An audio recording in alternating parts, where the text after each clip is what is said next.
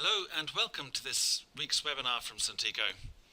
Today, how to make your CRM system industrial strength.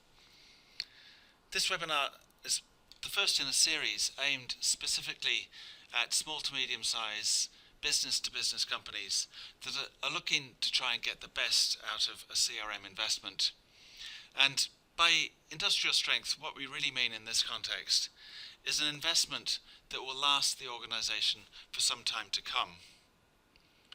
Now, the reason for that is because an awful lot of CRM systems fail. And in fact, various statistics were shown, and one very important study showed that most manufacturing companies' CRM systems are abandoned within 4 years, and in fact half of these within 1 year. And this isn't a problem that's just limited to manufacturing companies. It's a problem that you would find across other sectors as well. And what we're going to do today is we're going to look at some of the reasons why that might be the case, and we'll be looking at it from 2 points of view. One really from the point of view of the sales representative, and the other from the point of view of head office.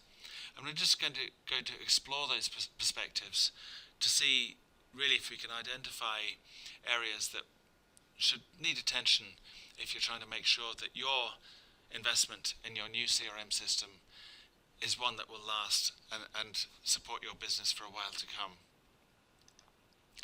So, enough of that small introduction there. My name is Hugh Johnson. I'm Head of Business Development at Suntico, and for the webinar today I'm joined by Alan Bothwell, our VP of Sales. Hello all. And really the agenda is very simple.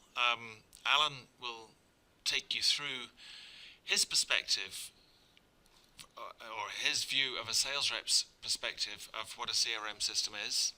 And Alan has many years, 15 years or more, B2B sales experience, and he's been working with a number of different CRM systems during that time, including Microsoft Dynamics CRM as well as Salesforce.com. After Alan's done that, I will be providing what I call a head office CRM perspective. And this is really looking at, well, what does the head office try to get out of a CRM system? I'll be presenting it from the point of view of a small to medium-sized business. And by head office, I mean either the business owner or maybe the head of a functional department that touches the customer. So this could be a head of sales, head of marketing, head of customer service, head of finance, and really look at their perspective from a CRM investment. And I think what we'll find through the discussion is that there is tension between these two views, and through highlighting that tension, I think we will begin to highlight some of the practical steps that a small to medium-sized business can take to ensure that their CRM investment can sustain for a significant period of time. If you have any comments or would like to reach out to us at all following this webinar, you can reach either of us via the normal social channels or by email at the email addresses shown on the slide here. So without further ado, I would like to hand over to Alan to give us an insight from the perspective of a sales rep and what a CRM system means to a sales rep in a B2B organization. Thanks, Hugh. Hello, everyone. I suppose what I want to do today is really to look at the rep's perspective, a little bit about the mindset of the rep, what we ask the rep to do, what the rep is asked to do in the organization, what tools the rep would like to use, what tools the rep actually gets. The rep's, I suppose, take on all of these things, and I think it's been lost somewhere maybe in the evolution of CRMs through the years as to what we're actually trying to achieve. And it's important for organizations to think about this. And I think the conclusion I'm sort of coming to is that whereas you may not want to have your organization steered completely by the rep's angle, it's very important to keep it in view. If you ask the rep to walk this tightrope that this graphic I think displays very nicely between your organization and the customer, he does serve two masters, and I think the classic sales rep and a lot of the best sales reps, if when that comes to a fight between the customer and the company, will tend always on the customer side, at the expense possibly of what you're asking him, other activities you're asking him to do. So I think there's a tension there in the rep's mind, and it's important to bear it in mind when we look at deploying CRMs. So if we look at CRMs, CRMs were always purported to be customer relationship management tools, and early days were mechanized, automated card files. Very useful systems. Obviously, keep your contacts, a virtual Rolodex, an application running on your desktop. Very handy to be able to tag people, look at histories, look at contact details, etc., etc. On a one-off basis, very, very, very handy. I would argue that since then, the evolution of the CRM has more been to the benefit of head office managers, presidents, owners, than it has been for the rep. And if we look at something like opportunity management, there's a huge amount of admin asked of the rep with opportunity and pipeline management. And I know from experience, when the rep is asked to partake in this activity, he doesn't see a huge benefit in it. It may be a necessary activity from the part of the organization, that's fine. But I think it's worth considering how much time a rep can put into these admin activities. It's certainly the case, and my experience to boot, that it's very easy for a rep to spend more than 50% of his time with these administrative activities, at the expense of selling activity. And for a role that is one of the most focused roles in the organization, which is to sell, to take away that function, to take away time from that sole activity is something that we should all be thinking about. We need to be very sure we're taking that time away profitably. The most recent, I suppose, iterations of CRMs have attempted to automate the sales force to a degree, and again, I think this is a development. While organizations may well have a benefit in doing that, I don't think it's something that benefits the sales rep per se, in that it again may be adding admin for the rep.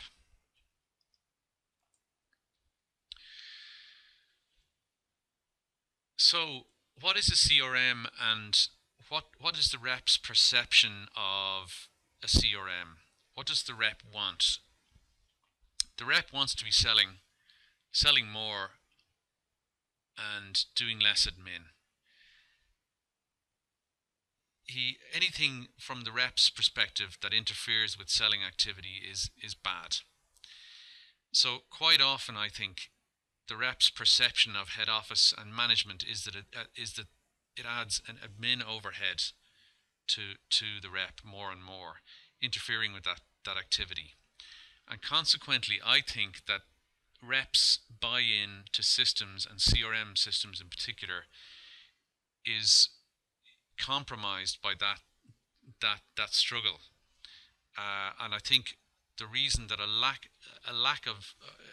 lack of buy-in to CRM systems is one of the primary reasons why these systems get mothballed very quickly and never get fully implemented, and certainly never get used as management intended.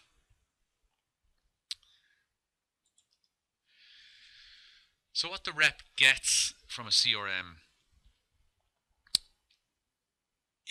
as I've alluded to, there's a lot of admin around a CRM. I think from a rep's perspective, if the CRM, and most are, is divorced from, for instance, the financial accounting system, the sales order processing system, the rep is often given the task of inputting the data. So customers, contacts, maybe even sales information, certainly prospects information, project information may all have to be input by the rep and may have to be kept up to date. And there's a lot of maintenance in that. In smaller companies, the rep may be asked to perform as an IT admin. So maintaining the database itself, upgrades, maintenance, etc., may fall into the rep's hands.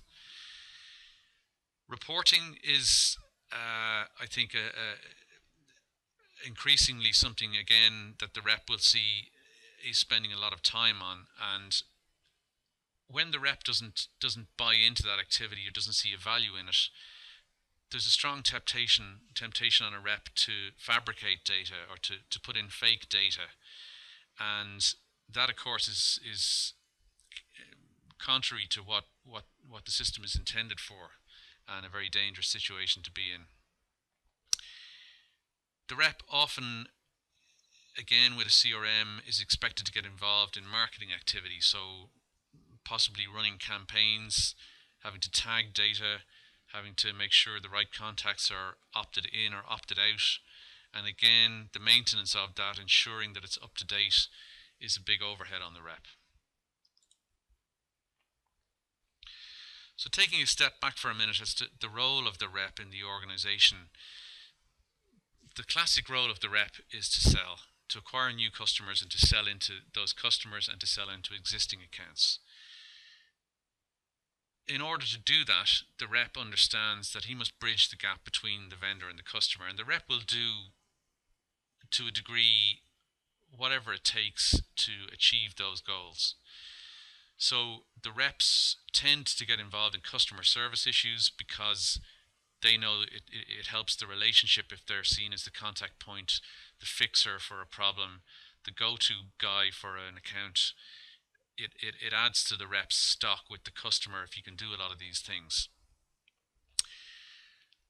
So the rep, he's motivated selfishly. On the positive side, he wants to earn more by exceeding quotas, and that's a good thing, of course, for the organization. A negative aspect of what the rep's role is that selfish side can lead to selfish activity. So the rep wants to build his network. He wants to make himself indispensable to the organization and indispensable in general. He wants to add to his own brand, particularly independent sales reps want to be independent of the organization to a degree. So what does a rep selfishly want from a CRM? Well, an ideal CRM, an ideal system for a rep is one from which he takes and doesn't have to give. So he wants data out and wants to have to put as little as possible back in. The data should be up to date and historical. And he doesn't want to be the source of the data. He wants to be the user of it. He wants tools to enable him to sell, to manage the account. So to be able to query inventory, to be able to get basic product data, generate quotes, issue orders, see invoices and shipment data. That's all useful information for the rep in terms of building the relationship with the customer and assisting him in selling into that account. And lastly, I think he wants tools which will easily help him to manage the account, to easily tag customers and contacts, to add customers to events, to opt them in or opt them out of lists. And I say easily, and easily is important here, and he doesn't want a big administrative overhead in doing all of that. So I pass back to you, Hugh, if you want to give the head office view of all of that. Okay, thanks, Alan. And I suppose consider myself ticked off as a representative of head office, but I can see where you're coming from. But firstly, let me start on a positive note, because from the head office point of view, where I would absolutely agree with everything that you've said from the perspective of the rep, is the need to bring the organisation together better to serve the customer better. I've called it account management here, but in a busy business-to-business environment, usually most of your activity centres around customers that are existing customers that you're doing repeat business with. And in that context, actually, at any one time, you could have a number of people interacting with that customer. Not just the rep. You could also have finance, you could have customer service, you could have marketing people interacting with the key customer account. And these may be important accounts generating, your top 10 accounts might be generating 70, 80, 90% of your revenue. So it's really important that the activities, the account management activities, not just the reps activities, are coordinated. So to that extent, a really, really important thing that I would be looking for from a head office perspective is that ability to join the entire organisation together around serving the customer, and to have this common view of the customer relationship, and effectively keep the whole company, or certainly all those areas serving the company, on the same page as far as the customer relationship point of view is concerned. So full agreement there in terms of the two perspectives. I think we have a complete match. However, listening to you from the rep's point of view, I think the rest of what I'm going to say in terms of what the head office wants out of a CRM system are all the things that you've objected to as far as the rep is concerned. So let's go on and explore those, because one of the first things that head office wants to know, let's put it in context. Head office is paranoid about what are the reps up to. Are they really working? Are they lazy? Are they really visiting enough customers? Are they doing their job effectively? And so the idea of pulling the reps together onto this central customer database it gets very tempting then for the head office to say, yeah, great, we've got a sales performance management tool. I want to know who's performing, I want to know who's not performing, I want to know what deals we're going to close, I want to know what competition we're going to beat. And so from a head office point of view, I want to see the activity of the sales reps. I want to see who you're calling on. I want to see how you're performing against target. I want to see the pipeline. Before I was in the dark. I didn't know what deals were going to close. I didn't even know what opportunities were there.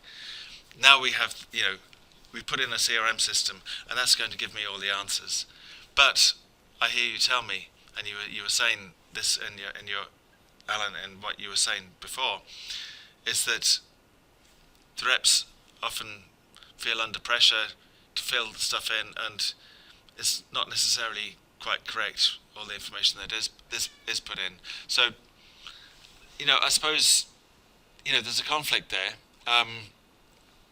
And my worry is an eternal worry from a head office point of view. How do we reach a point where we've got good visibility into sales performance and good visibility into the forecast and pipeline and what's coming down the line, without it being a drag, an admin drag on the sales representatives? So I think that's a very important point.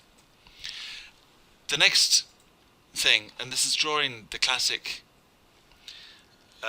head office suspicion of sales reps. The next thing I want to talk about is trust. And what I want at head office from a CRM system is I want continuity. If my two key star sales rep performers decide to leave and go to the competition, I want to make sure my business continues and my customer relationships stay with me and my company, and not walk off with the reps to the competition. So I'm hoping that a new CRM system that I'm putting into the company can help me address that, and that I can, these two reps that are leaving me today, on one Friday, I can slot in on Monday the next week with two new reps, and they can pick up all the notes, all the information is there in the CRM system. So that's what I'd be hoping for. Now, against that backdrop, one of the things that you were saying to me, Alan, that you want from a rep's point of view is visibility into all the history of the customers and the accounts and what's gone on and so on. Now, some alarm bells go off. I can see what you're saying, but some alarm bells go off in my head as well there, because these two guys leaving, I don't want them walking off with complete customer lists, history of products bought, margins made, and go walking into the competition. That if that were all systematized onto some big database that the reps can access, the last thing I want is them walking off with all that data. So I think there's a challenge there to address, and maybe that's one of the things we'll come on to address during the series. The next thing I want to talk about is less about the reps and the customers, but more about analysis, because again, one of the things that we struggle with at head office is actually getting better insight into terms of what's going on across the business with key customers, products, markets, and so on. And it's very tempting, again, if we're producing this kind of company-wide customer database, that, well, is there a way in which we can use that to help serve the business from a business intelligence point of view, to serve the rest of the business better, or to serve head office better?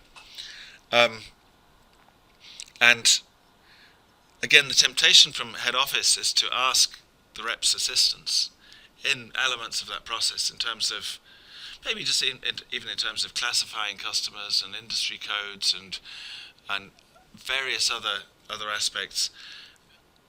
But again, what you've pointed out to me, Alan, is that's fine, but I need to be cognizant of any overhead that lays on the shoulders of the sales rep. If it's taken away from sales time, I think that's very key. But once I've done this analysis, and maybe there are other sources I can go to for the analysis. Once I've done this analysis, of course, the marketing teams want to step in and drive marketing teams across the across our customer base. And again, the temptation in the past, and certainly actually from my experience, both from a head office marketing point of view and also from a sales rep point of view, in a small business, it can be very tempting to over-engage the sales team in the marketing process in terms of preparing customer lists, validating customer lists, validating email addresses, maintaining opt-ins, opt-outs, and all that kind of stuff, which isn't really the sales rep's job. And if it is, it's a very expensive way to do that. So again, we need to watch that from a cost point of view. But certainly, what we do want, very definitely, if we've got a company-wide customer database, boy, do we want to use that for marketing purposes. Make no two ways about that. So again, we're just going to look at smart ways of achieving that. So those are really the things. I've highlighted 5 things from a head office perspective. And I suppose the shocking thing is that the only one thing that produced no conflict at all in terms of time and effort from the sales rep was really the concept of bringing the entire organisation onto the same page as far as account management is concerned. All the other things that I wanted really from a head office point of view risk taking time away from the sales guy. So we just need to watch that. So in summary, I think what we see is a tension between different constituents when it comes to putting in a customer relationship management system that we need to understand. And if we don't understand that, I think we run the risk of failure. We run the risk of not really putting in a system that is fit for purpose. We run the risk of putting in a system that we end up insisting that the reps spend an awful lot of time feeding the beast with information instead of actually out meeting with customers and representing our company, which actually at the end of the day, from a head office point of view, I don't want that. Okay, so what we'll be doing over the rest of this series is exploring ways to reduce that tension and to make it work well for all sides of the organisation. And we'll be looking for ways in particular in which we can remove the burden of data entry and administration from the sales rep, yet feed the sales rep with valuable and useful information for him to serve the customer well. And maybe the solution is perhaps to narrow and limit the scope of what we're trying to achieve with the CRM system, but make sure it does that really well. So we're taking our B2B clients through a journey of this, and our listeners through a journey of this, through the series of webinars that we've got coming up and Hangouts on Air coming up over the next few months and weeks. And in fact, the format we're going to be running is we're going to be running a monthly webinar diving a little bit deeper into some of these topics. So on the 10th of December, what we have is a webinar exploring some of the practical challenges of actually putting in the foundations for a CRM system, which is how to create and maintain a company-wide customer database that can last and then serve perhaps multiple future uses, including the core account management function that we were talking about there. Along with each webinar, we're also running Google Hangouts on Air, because the webinars, we're not going to be talking about products in the webinars per se, or any specific solutions. We will seize the opportunity presented by our Google Hangouts on Air, which will be running in parallel to do any commercial activity. So if you don't want to listen to that, or if you do, you can choose to opt in or out of our Google Hangouts on Air. And next week, on the 17th of November, we have coming up a Hangout on Air, how to use Suntico to share your sensitive Sage 50 customer data with your reps that need it. And in that, we're going to be addressing the problem with the reps walking away that I talked about earlier. So we're running out of time. Now, we've just got time for one question. I see we have one question from Peter. Peter was asking, does he not think it's a good idea just to focus on providing a CRM tool just for the reps? Is that not going to make life simpler? Forget the rest of the organisation. Well, I've done a bit of talking now. I'll hand that question firstly over to Alan. Alan, do you have any view on that? Yeah, I mean, I think, I suppose we've taken extreme sides of the argument here by way of illustration as the two different sides and what people want to get out of a CRM. But looking back and being slightly more objective about it, I think every rep does appreciate that there's more to a CRM than what he or she wants out of it. So I think what you want from a CRM system, in my view, is you want ultimately to increase sales. You want to give the tools. It should be weighted towards the reps, certainly, and it can do all sorts of other things, but it mustn't interfere too much with the core activity of the reps, and that's my view. It's not so much that you should limit your options, but that you should just be careful with that deployment and implementation, because if you get that wrong and you don't get the buy-in of the reps, then everything else you do will be largely irrelevant, and you risk a mothballed implementation very quickly. I would agree with that, Alan. The only other thing I would add to that as well is that it's the whole company-wide account view. In a scenario where you've got multiple touch points going into the customer, I think it's really important that the whole company has visibility into that, not just the rep. Right, we've run out of time now. What I would like to remind everybody is that if you want to register for future events, go to our website suntico.com/CRM-series, where you can register for all the future events. Thank you very much.